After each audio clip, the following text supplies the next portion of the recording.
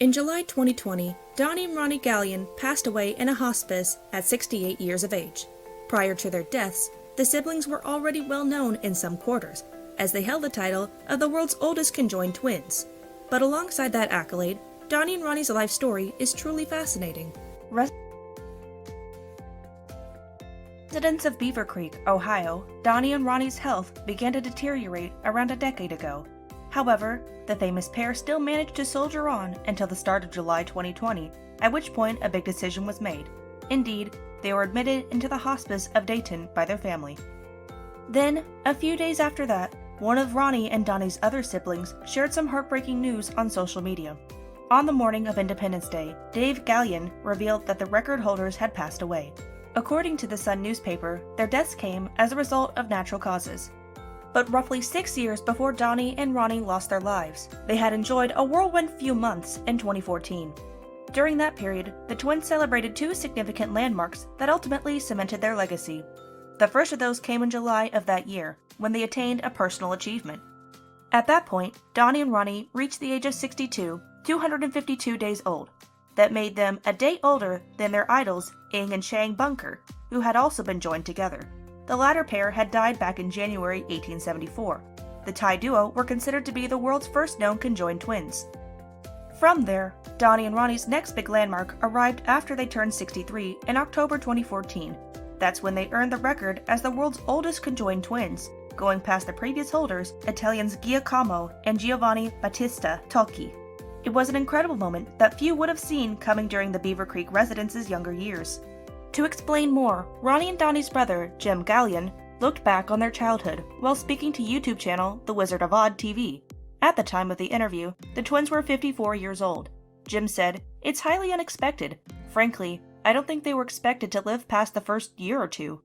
On that note, let's cast our minds back to the day when Donnie and Ronnie were welcomed into the world. Prior to their birth, Wesley and Elaine Galyon had no inkling of what was to come. Incredibly, the latter didn't even know that she was carrying twins ahead of the big moment at the hospital. But that soon changed on October 28, 1951. At that stage, Elaine delivered Donnie first, with Ronnie following his brother. The twins weighed in at more than 11 pounds and appeared to be in good shape, despite being conjoined.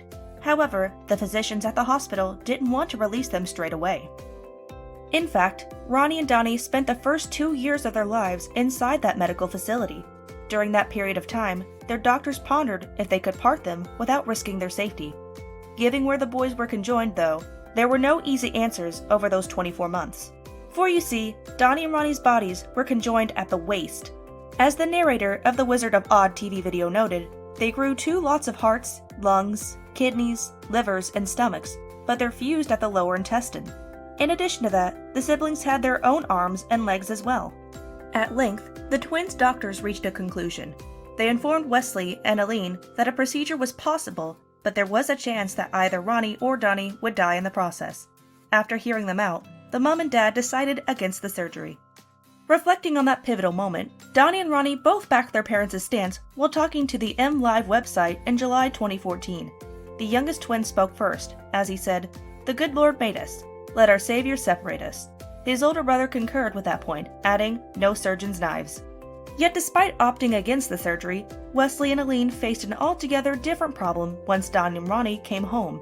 Indeed, their lengthy stay at the medical facility had racked up some eye-watering costs. So as a result of that, the dad made a big decision that changed their lives forever. Once Ronnie and Donnie turned 4, Wesley loaded his sons into a car and introduced them to the carnival circuit. Before long, people across America were given the chance to gaze at the conjoined twins while they went about their business in a recreational vehicle, RV. The poster outside read, "Alive in person, Galyon Siamese twins." By that point in Donnie and Ronnie's lives, they'd managed to work out a system to pull off standard daily jobs. For instance, after the brothers began to walk at 29 months old, they needed to decide which of them would move backwards. Alongside that, Wesley's sons picked up on how to use the bathroom and fasten their laces as well. The carnival act proved to be a massive success, drawing plenty of cash as time went on. To give you an idea of the Galyons' financial situation over that period, Jim Galyon opened up to MLive in July 2014.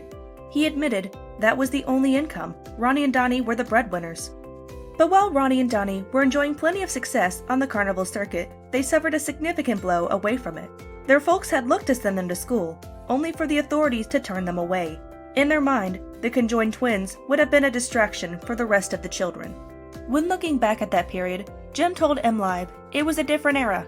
Donnie and Ronnie didn't allow that disappointment to get them down though, as they continued to showcase their act on the road. Regardless of its simplicity, people still wanted to watch them through the window of their RV. Such was Ronnie and Donnie's reputation, adverts made grand proclamations about the act too. One particular poster claimed, "Still a sensation, the Galyon Siamese twins, the US's most visited attraction on any midway." Yet away from their work, the brothers formed some very important bonds on the circuit. Donnie and Ronnie got close to some of the individuals who kept the carnival going, such as the food vendors. They also befriended a few other acts, like Little Pete, to Johann the Viking Giant. The former was dubbed the smallest man in the world, as he stood at just 16 inches. Meanwhile, Ronnie and Donnie formed a bond with a former Hollywood star as well. Indeed, Margaret Pellegrini was on the circuit, one of the munchkins for the 1939 classic The Wizard of Oz. Thanks to that camaraderie, the younger twin had plenty of fond memories when reflecting on those years. Ronnie told MLive, "It was fun. You do what you gotta do. When we were on the road, it was all like one big family. But all through the years that the Galyons were eking out a living as entertainers, social attitudes were beginning to change in America. By the time the 1970s rolled around, times were getting harder for carnival performers. Nonetheless, that didn't spell the end of Donnie and Ronnie's lucrative act. Instead, the future record holders decided to travel out of the country to ply their trade elsewhere. As a result of that move, they reinvigorated their careers in South and Central America, broadening their range as performers. In those regions, Ronnie and Donnie topped the bill at various circuses, dipping their toes into magician work. To give you an idea of their reinvented act, they once pulled off a stunt that saw a tiger vanish before the audience's eyes. The conjoined twins' unstinting efforts quickly built up a loyal fan base on the circuit. According to Jim, though, those fans didn't just look at Ronnie and Donnie as standard circus performers. He informed MLive they were treated totally different down there. They were treated like rock stars. Indeed, that exciting spell away from the States kept the siblings occupied right up until the start of the 1990s. By 1991, Ronnie and Donnie had spent close to 4 decades on the road, but they finally decided to call it a day that year. From there, the brothers eventually settled into their own house in Dayton, Ohio. Yet their return to America highlighted the aforementioned differences that Jim had spoken about. Instead of being regarded as rock stars, MLive reported that Donnie and Ronnie were made fun of by adults and youngsters alike. Thankfully, though, there were others who treated them with a lot more respect. As Jim noted to the website, you see the warmest of hearts, and you see the coldest of hearts, and a little bit in between. To expand on that, Jim went into a bit more detail during his conversation with the Wizard of Oz TV as well. Touching on Ronnie and Donnie's treatment in public, he said, "The mouth speaks before the brain functions, and it's like, wow, did you see that? Or, ew, look at that." Jim added, "A natural reaction is one thing, and that's fine. But when they get a little derogatory, yeah, you step up a little bit. You say, 'That's my brothers. That's not cool what you're saying there.'" Away from the public eye, Donnie and Ronnie also needed to find ways to put up with each other. In the flush of youth, Ronnie and Donnie hadn't been afraid to get physical, while their arguments proved to be just as heated. Yet that didn't really surprise Jim. As he told MLive in 2014, they get into it verbally, of course, but that's understandable when you got somebody right there 24/7, 7 days a week, year after year after year. However, Donnie and Ronnie decided to leave the fisticuffs behind following a scary moment more than a decade ago. In 2009, the latter got sick with an infectious bug, which eventually led to an even bigger problem. His lungs were affected by some blood clots. As for his brother, the illness hurt him too. So to aid their recovery, Ronnie and Donnie were prescribed with blood-thinning medication. If they came to blows after that, the results could have been lethal for either one of them. Furthermore, the conjoined twins started to develop arthritis on top of that, adding to their medical woes at the time. With these issues in mind, the locals decided to help Donnie and Ronnie out in a major way. Due to their ailing health, the brothers needed to be looked after every day, meaning they could no longer stay in their old house. Jim and his partner Mary stepped up in that regard, as they offered to take on the caregiver roles. But to make all of their lives easier, a large number of people in Beaver Creek gave their free time to help build an extension together next to Jim's property. Thanks to them, Donnie and Ronnie had a new home. Explaining further, their brother touched upon his role while speaking to the Wizard of Oz TV. Jim said, "I agreed to start looking after Ronnie and Donnie, taking care of business. It turned into a full-time thing, but it's a labor of love. They're great. I love them to death. We're pretty close. Then, during his conversation with M Live, he also admitted that the financial help his siblings had given the family in the past warranted his decision.